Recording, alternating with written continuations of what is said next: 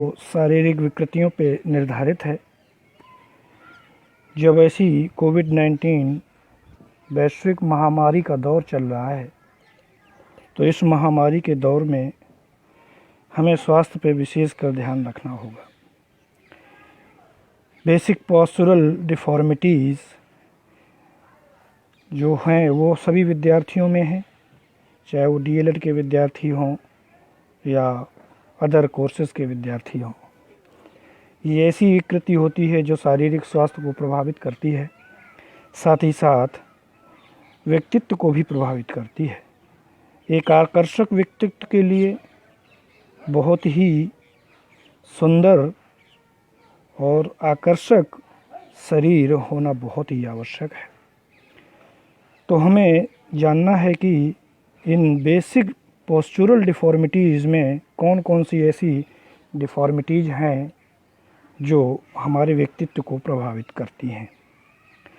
तो हम पहले तो देख लेते हैं कि पोस्चरल डिफ़ॉर्मिटीज़ है क्या। Postural means body position. ये शरीर की वो अवस्था है जिसमें स्टैटिक और डायनेमिक जैसी कंडीशंस को शामिल किया जाता है, जिसमें व्यक्ति का बैठना, खड़ा होना, लेटना, चलना या रनिंग आदि ऐसी अवस्थाएं शामिल होती हैं। अब हम गुड पोस्चर की अगर बात करें तो हमारे अच्छे व्यक्तित्व में ये अच्छे स्वास्थ्य को दर्शाता है। साउंड बॉडी होनी चाहिए। साउंड बॉडी का मतलब होता है सशक्त शरीर, जो हमें तमाम तरह की बीमारियों से बचाने में मददगार साबित होता है। अच्छा पोस्चर शरीर के व्यक्तित्व को भी दर्शाता है। बैड पोस्चर की बात करें तो ये शारीरिक विकृति के साथ साथ बहुत बड़ा ड्रॉबैक साबित होता है, जो एक पर्सनालिटी को प्रभावित करता है। ये ढेर सारी समस्याएं जो स्वास्थ्य से संबंधित हैं लेकर के आता है। अब हम बात कर लेते हैं एडवांटेज ऑफ करेक्ट पोस्चर, यानी कि सीधे सीधे लाभों की बात करें तो जो शारीरिक बनावट है उसमें, जो अच्छी बनावट है उसमें शारीरिक लाभ भी शामिल होते हैं, जिसमें अट्रैक्टिव फिजिकल अपीयरेंस, बहुत ही अट्रैक्टिव हो जाता है हमारा शारीरिक जो बनावट है वो अगर हमारा पोस्चर अच्छा है तो। हेल्थ स्टेटस इम्प्रूव, हमारा हेल्थ का जो स्टेटस है स्वास्थ्य का वो इम्प्रूव हो जाता है, अच्छा हो जाता है। इम्प्रूव सोशल स्टेटस, सामाजिक स्टेटस भी इम्प्रूव हो जाता है। फिजियोलॉजिकल बैलेंस, हमारे शरीर में विभिन्न प्रकार के सिस्टम्स होते हैं, आंतरिक ग्लैंड्स होती हैं जो कार्य करती हैं, उनको अच्छे से कार्य करने का मौका मिलता है जब हम पूरी तरह से स्वस्थ हों, शारीरिक विकृतियों से बचे रहें तब। Lesser strain and pain over the joint, strain का मतलब होता है कि ये चोट से संबंधित है, तो लेजर स्ट्रेन कम चोट लगती है या जॉइंट पे जब हमारा शरीर की विकृति ना हो किसी तरह की, तो वो जॉइंट्स पे किसी तरह का प्रेशर, स्ट्रेस आदि की समस्याओं से भी निजात दिलाता है। Better function of the body system, हमारे बॉडी सिस्टम जितने भी बॉडी सिस्टम होते हैं शरीर में, अनेक प्रकार के बॉडी सिस्टम होते हैं, वो कार्य करने में सक्षम होते हैं जब हमारा पोस्चर सही होता है, सही तरीके से कार्य करते हैं।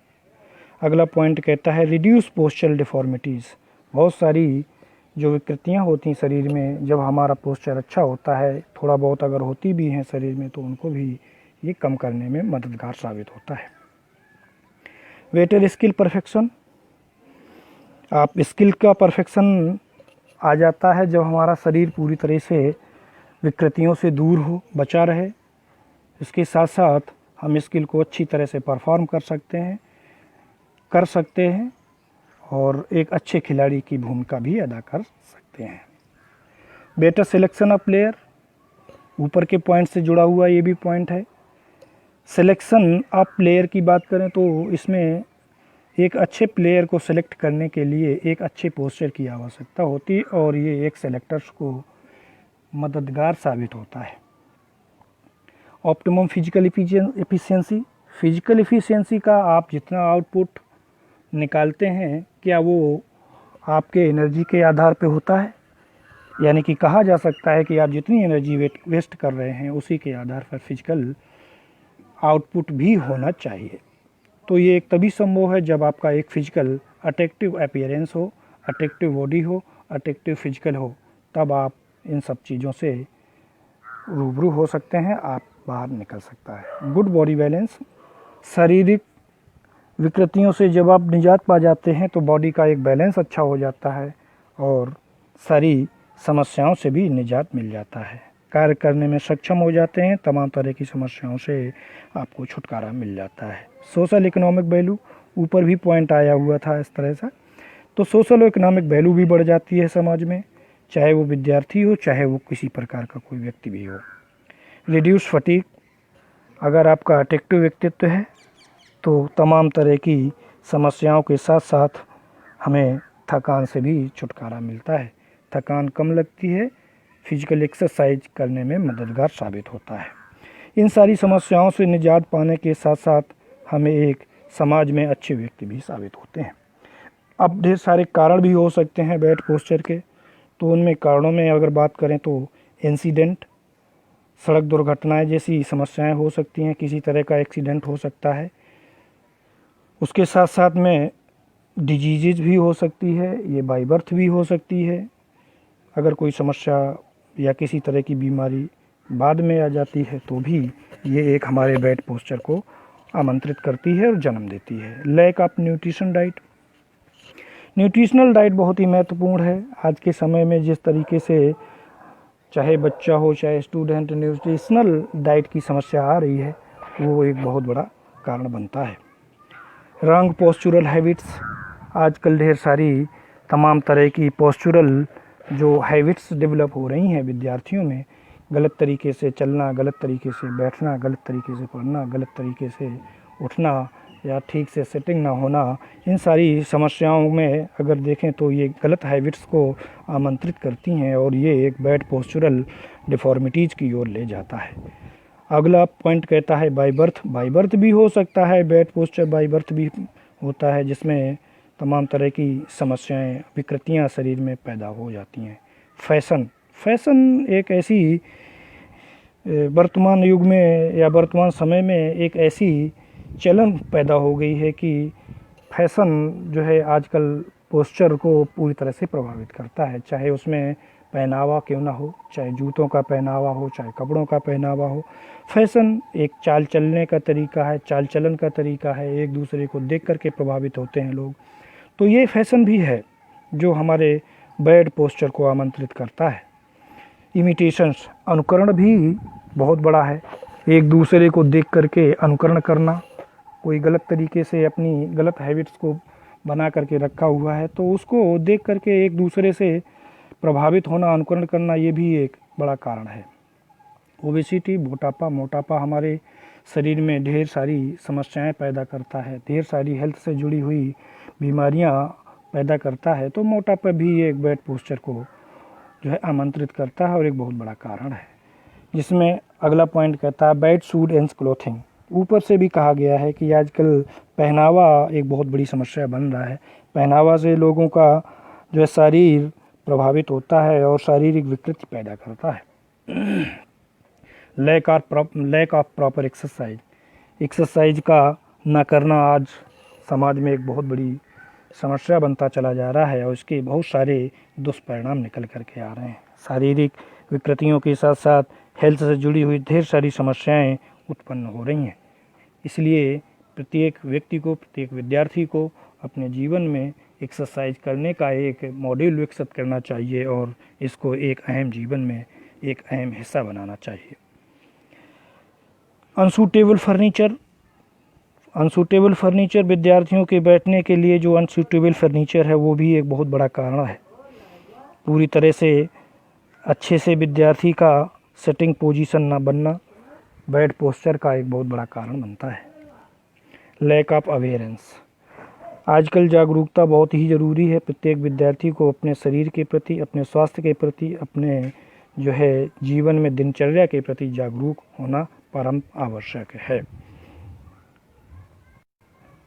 डिफ़ॉर्मिटीज़ को हम देख लेते हैं तो डिफ़ॉर्मिटीज़ में बहुत सारी डिफ़ॉर्मिटीज़ हैं, जिनमें से काइफोसिस एक बहुत बड़ी समस्या बन कर के आ रही है। हालांकि ये बहुत विकृति एक ऐसी विकृति है जो लड़कियों में, गर्ल्स में ज़्यादा देखने को मिलती है, और ये एक ऐसी समस्या है जो शोल्डर को आगे की ओर झुका देती है और पीछे का एरिया बाहर निकल आता है।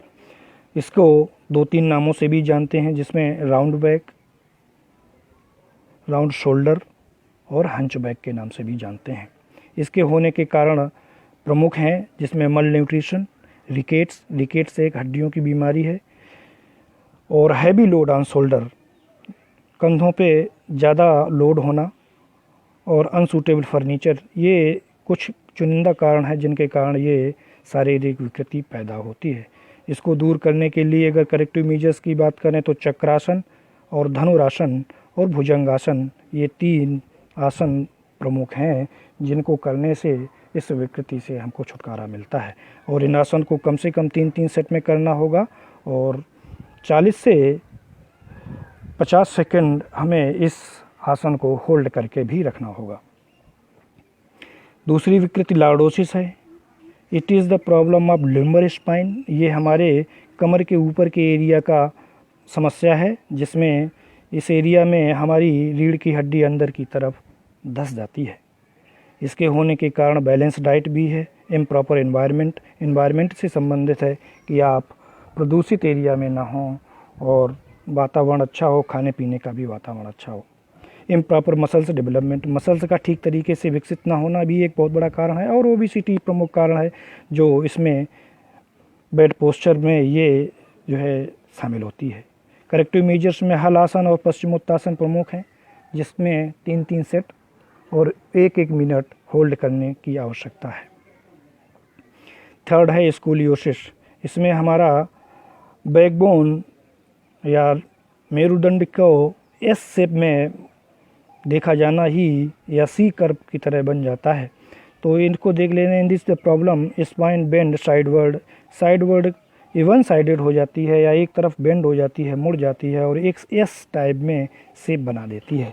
इसके होने के कारण लेग डिफॉर्मिटीज़, पैरों में किसी तरह की विकृति होना जो चलने से ये आती है। पैरालिसिस प्रमुख कारण है, पैरालिसिस होना।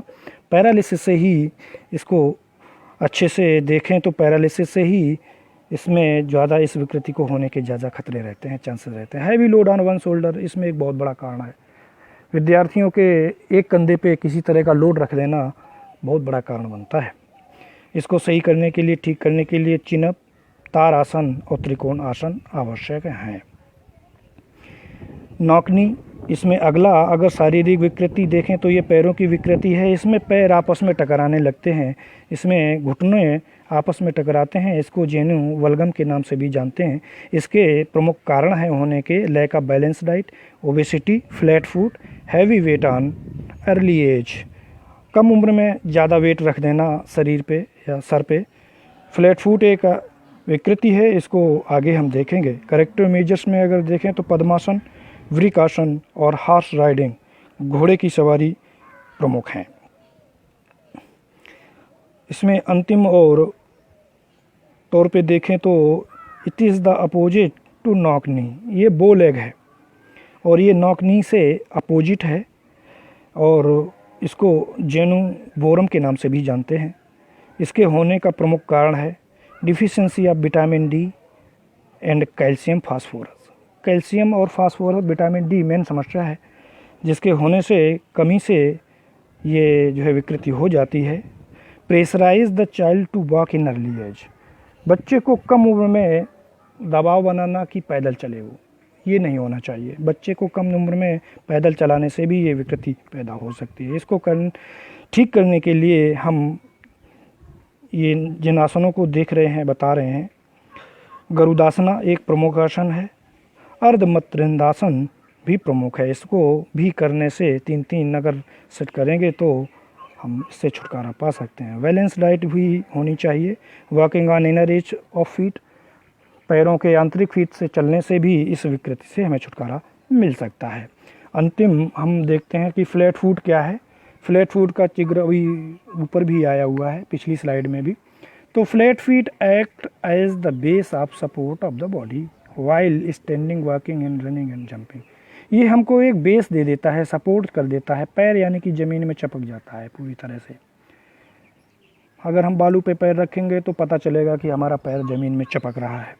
इसको चेक करने का एक तरीका है। पानी में पैर रख कर के भी हम देखेंगे तो पता चलेगा कि पानी से बाहर रखेंगे तो पता चलेगा कि हमारा पैर पूरी तरह से ज़मीन में चिपक जाता है। इसको फ्लैट फीट कहते हैं। इसके होने के कारण भी प्रमुख हैं, जिसमें मसल्स का कमज़ोर होना, week muscles, increase body weight, body शरीर का ओबेसिटी कह सकते हैं हम इसको, कि शरीर का ओबेसिटी या मोटापा हमको इस बीमारी की ओर ले जाता है। इम्प्रॉपर शूज, जूतों का अच्छे से ना पहनना या अच्छे ना होना, अच्छी क्वालिटी के ना होना, ये सारी चीज़ें हैं। कैरिंग हैवी वेट, आप अगर ज़्यादा वेट रख करके चल रहे हैं, ले करके चल रहे हैं, तब भी ये समस्या हो सकती है। इसको ठीक करने के कुछ उपाय देख लेते हैं। Walking on the heel and toe, heel और टो पे वॉक करिए, चलिए। Jumping on the toe, jump भी कर सकते हैं। तो इससे समस्या से हमको इन दो चीज़ों से या दो एक्सरसाइज से हमें छुटकारा मिल सकता है। स्कीप ऑन रोप भी हमें फ़ायदा करेगा, मदद करेगा इसको दूर करने में। और वज्रासन करने से हमको भी फ़ायदा मिलता है। तो ये सारी शारीरिक विकृतियाँ हैं जो हमारे शरीर को इस तरीके से प्रभावित करती हैं, हमारे फिजिकल अपीयरेंस को प्रभावित करती हैं, हमारी फिजिकल एक्सरसाइज को प्रभावित करती है, हमारी एक पर्सनालिटी को प्रभावित करती हैं। ये शारीरिक विकृतियाँ आज जीवन में व्यक्ति के दिनचर्या को प्रभावित करती हैं। इस तरीके से हमें शारीरिक विकृतियों को दूर करना है। एक्सरसाइज के थ्रू हमें अपने आप को बचा करके भी रखना है। इन्हीं शब्दों के साथ मैं अपने बात को समाप्त करता हूँ। Thank you.